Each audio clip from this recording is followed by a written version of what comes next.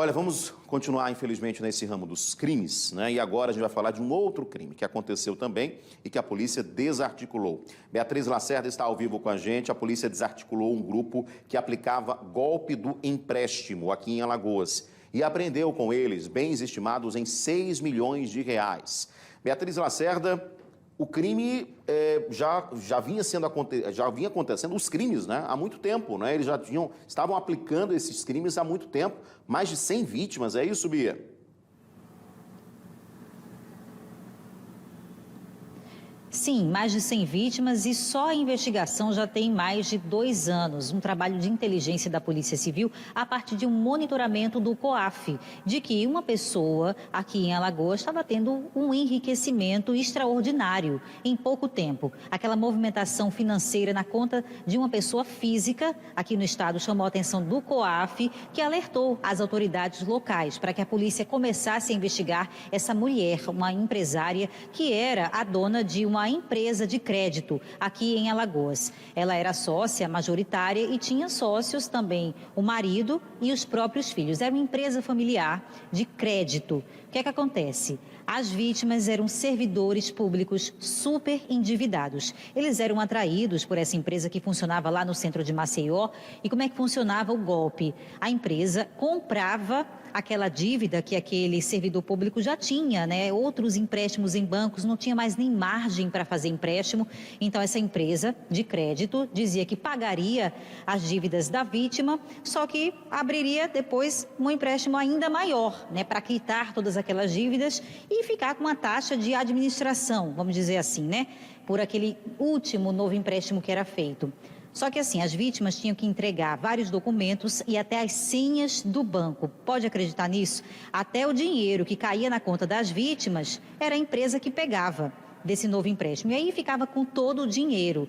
É um pouco difícil da gente entender, mas era assim que se davam os golpes e nesses 2 anos essa quadrilha conseguiu aí faturar mais de 6 milhões de reais em bens e também em dinheiro. Hoje, uma organização aqui da polícia, da Divisão Especializada de Combate à Corrupção, Crimes contra a Ordem Tributária e Lavagem de Dinheiro, esteve em 6 locais aqui para fazer a apreensão desses bens, né? Carros de luxo, uma casa num condomínio de luxo lá no bairro da Serraria e 2 apartamentos de luxo também na Pajuçara e também no bairro do Farol. Tudo isso agora deve ficar com a justiça, até para posteriormente pagar dívidas fiscais que essa mulher tinha. Porque olha só, tudo isso, esses empréstimos, essa negociação, nem era feita, viu, pela conta jurídica, não. Era tudo no nome da golpista, na pessoa física. Por isso que chamou a atenção das autoridades. Vamos entender um pouco melhor agora com um dos delegados que participou dessa investigação, o doutor Lucimério Campos, na prática, como é que era esse golpe. Então, era uma compra de dívida dos servidores e para isso eles conseguiam abrir a margem daquele servidor, né, abrir mais margem de crédito e aí os golpistas faziam empréstimos até maiores, né, com juros extraordinários e ainda ficavam com o dinheiro. Exatamente. Boa noite. Boa noite, Beatriz. Boa noite, Edson. A prática, como bem você descreveu aí, ela começou a ser descoberta quando o Conselho de Controle de Atividade Financeira, o COAF, que é um órgão federal de inteligência financeira, notou uma atividade atípica na movimentação da pessoa investigada no CPF dela e alertou a Polícia Civil acerca dessa movimentação financeira e a partir daí nós fomos checar essas informações por meio de um inquérito policial, abrindo uma investigação para verificar se aquilo ali de fato era de origem criminosa, como acabamos descobrindo. E o golpe, o crime era justamente esse, eram pessoas super endividadas, pessoas que tinham todo o seu orçamento praticamente comprometido com dívidas e servidores públicos que podem contrair empréstimo consignado, comprometendo 30% do seu salário. E aí a gente começou a investigação ouvindo essas vítimas e entendeu que aquela movimentação atípica tinha relação com essas pessoas que eram lesadas em seu patrimônio com esses empréstimos. O empréstimo era justamente dessa forma, a maioria deles. Nós temos informações bancárias de em um ano, pagamento de 198 boletos, que pode corresponder a mais de 150 vítimas, porque a maioria das vítimas tinha mais de um empréstimo consignado. Então, ela pagava o empréstimo dessas pessoas na pessoa física, não utilizando da pessoa jurídica, e depois que ela pagava, ela contraía um empréstimo maior e mais alongado, em 10 anos, por exemplo, como tem casos de 10 anos, e comprometia ainda mais o endividamento dessas pessoas e pegava seu dinheiro de volta que tinha antecipado para pagar o empréstimo e deixava com a parte um valor muito pequeno, muito irrisório dentro daquele volume que foi novamente contraído desse empréstimo novo. Entendi. Então, só para quem está em casa já até perdeu um pouquinho o fio da meada, porque realmente não é fácil, né? Um crime de pessoas que já estão no mercado, ela tinha entendimento, né, dessa política de financiamento e de empréstimo bancário. No nome das próprias vítimas, ela fazia o empréstimo e depois ficava com todo aquele dinheiro que ela tinha acesso aos cartões, inclusive, e até senhas bancárias, né, delegado? Sim. Então, hoje vocês pedem que quem foi vítima dessa quadrilha, dessa empresa que funcionava no centro de Maceió, procure o COD. Exatamente. A gente tem notícia de mais vítimas, a gente tem sido procurado desde a deflagração da operação. Hoje mesmo já pessoas procuraram dizendo que foram lesadas por esse grupo familiar, não pela pessoa jurídica, mas pela pessoa física, uma vez que essa pessoa jurídica ultimamente vinha funcionando como uma fachada para aquele negócio. Todos esses negócios, até então, quem está descoberto, é evidente no inquérito, é que vinham sendo praticados pela própria pessoa física, no CPF dela. E aí ela, com esse crime, ela estava se locupletando com o patrimônio alheio e construindo um patrimônio pessoal muito grande, muito incompatível com o que ela declara de renda pessoal dela. O que vai ser feito com essas apreensões, né? Porque 6 milhões de reais, né, em dinheiro, em bens, em carros, como é que fica tudo isso agora? Esses bens estão todos bloqueados pela Justiça, pela 17ª Vara da Capital, Vara Criminal. Ainda há a possibilidade desse patrimônio vir aumentar, porque há ordens de bloqueio em contas bancárias que nós só saberemos aqui há 48 horas o quanto que alcançou. Então é um volume que ainda tende a crescer. Vale salientar que na casa dela nós encontramos em dinheiro vivo 100 mil reais que foi apreendido e que é uma prática dela na aquisição desses bens de luxo, como os carros que foram apreendidos e os imóveis, ela comprar em dinheiro vivo, em espécie. O apartamento que ela adquiriu aqui no condomínio de luxo, no Farol, custou 570 mil reais e foi pago, conforme está na escritura, em espécie. Agora, prisões. Vocês estão ainda com o inquérito em aberto, né? Mais vítimas estão sendo ouvidas. O inquérito não foi concluído, apesar de tanto tempo de investigação, um crime difícil. E sobre prisões? Por que crimes essas pessoas podem ser presas e já estão respondendo? Essas pessoas estão sendo investigadas pelo crime de estelionato, que estão sendo praticados contra esses servidores públicos superendividados. Elas estão praticando o crime de estelionato por meio de uma organização criminosa, que é um outro crime, e também estão sendo investigados dentro da parte de lavagem de capitais, porque esses dinheiros estão, de certo modo, levantando suspeita de estarem sendo uma parte dele ocultados em patrimônios em nome de terceiros ou até em nomes próprios, mas de forma oculta. Nesse momento, vocês devem pedir a prisão ou isso deve ficar no fim da investigação?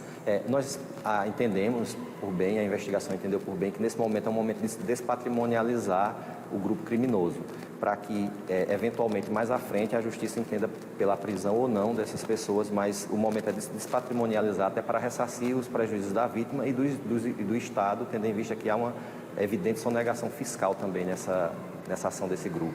Delegado Lucimério Campos, que é titular da Divisão Especializada de Combate à Corrupção, Crimes contra a Ordem Tributária e Lavagem de Dinheiro. Então, você vê, né, Edson, que não foi nem a partir da procura das vítimas pela polícia que eles começaram a investigar. Foi de uma ordem superior, né? Foi do COAF, que monitora a movimentação financeira na conta dos brasileiros, e quando tem uma movimentação muito atípica, aquilo já chama a atenção dos órgãos de controle, e aí a polícia abriu investigação. E só ao longo do inquérito, mais de 20 vítimas foram ouvidas, prestaram depoimento. Mas a polícia acredita que foram mais de 100 até 150 pessoas que fizeram empréstimos de valores muito altos e agora estão com o nome comprometido no banco durante anos, porque não tinham muitas vezes o conhecimento, né, de como era esse contrato de empréstimo. Não sabiam, deixavam tudo a cargo da suposta instituição financeira, não sabiam que estavam caindo num buraco ainda maior. Agora estão aí com as dívidas, né, com dívidas pendentes junto ao banco, numa situação difícil, porque todo o dinheiro do empréstimo ficou com a organização criminosa e a pessoa contraiu um empréstimo de anos sem ter ficado com nem 10% do dinheiro. Uma situação muito complicada que gera um alerta para quem é servidor público e hoje está numa situação de superendividamento para que não caia no canto da sereia, que foi aqui a expressão usada pelo delegado. Pessoas que estão desesperadas e aí na primeira oportunidade de quitarem essas dívidas, né, com muita facilidade, acabam caindo nessas propostas. Edson. Pois é, Bia, como delegado, cumprimentar o delegado, dar boa noite a ele também por estar ao vivo conosco. Como o delegado falou, essas pessoas já tinham problemas, já tinham dívidas e tentavam, de certa forma, ali conseguir resolver suas dívidas, mas caíam em outro golpe, né? E eu queria saber do delegado, por gentileza, boa noite para o senhor, esse patrimônio que hoje está bloqueado, futuramente, essas pessoas que registraram o boletim de ocorrência, que foram até a delegacia, que comprovaram que caíram nesse golpe, elas podem ser ressarcidas ou são os bancos que são ressarcidos, delegado? Boa noite.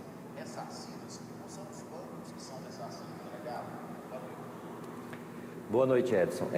Um dos efeitos de uma possível condenação numa sentença é justamente essa de ressarcir o patrimônio da pessoa que foi lesada. Então, esses bens, eles têm exatamente uma das principais funções dele é justamente garantir que essas pessoas que foram vítimas desses golpes, eles possam procurar a justiça e sendo ouvidos no inquérito, procurando primeiro a polícia, eles consigam depois, mais à frente, se ressarcir desses prejuízos. Um dos efeitos é esse. O outro efeito também que esse patrimônio vai garantir é justamente algum prejuízo que seja fiscal que o Estado tenha tido. Por exemplo, a gente está investigando também a questão da sonegação de imposto de renda, porque ela não declarava a renda para a Receita Federal. Esse patrimônio também, se sobrar, pode ressarcir esse pagamento de imposto que é comum a todo cidadão de bem.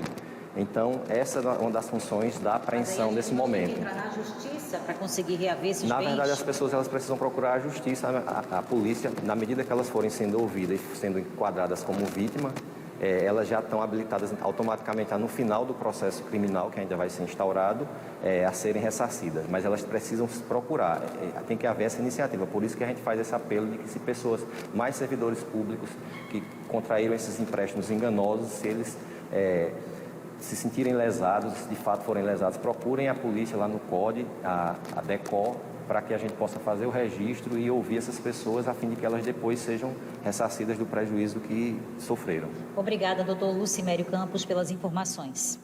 Obrigado, Bia. Obrigado, doutor, também pelas informações ao vivo. E então, se você foi vítima dessa quadrilha, né, é importantíssimo registrar o boletim de ocorrência, porque só através do boletim de ocorrência registrado, o seu depoimento sendo ouvido na delegacia, você vai entrar no processo exatamente como vítima e depois, a gente sabe que demora, é claro, mas há uma esperança de, pelo menos, você ter esse prejuízo, porque tiveram pessoas que tiveram prejuízos muito altos, porque exatamente caíram no golpe dessa família, nessa quadrilha, né? Quadrilha, não é nem empresa, é uma quadrilha, infelizmente.